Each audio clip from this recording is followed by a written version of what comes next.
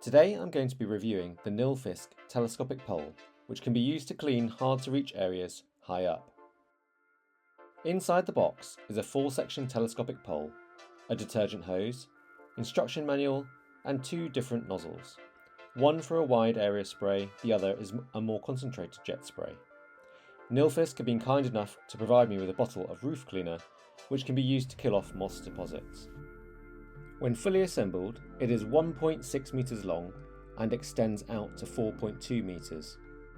At the handle end you have the trigger, connectors for the jet wash and detergent hose, as well as a rotary selector to determine the quantity of detergent to be dispensed. At the business end you have a standard click and clean connector which allows you to quickly connect whichever nozzle you want to use. The blue Nilfisk button allows you to adjust the angle of the spray head. As you can see, you can easily reach high up areas with the spray lance. The lance is also quick to adjust when you need to spray areas which are closer to you. It's perfect for us to spray our large roof areas. I will certainly be purchasing a Nilfisk brush to help with the cleaning of this patio roof.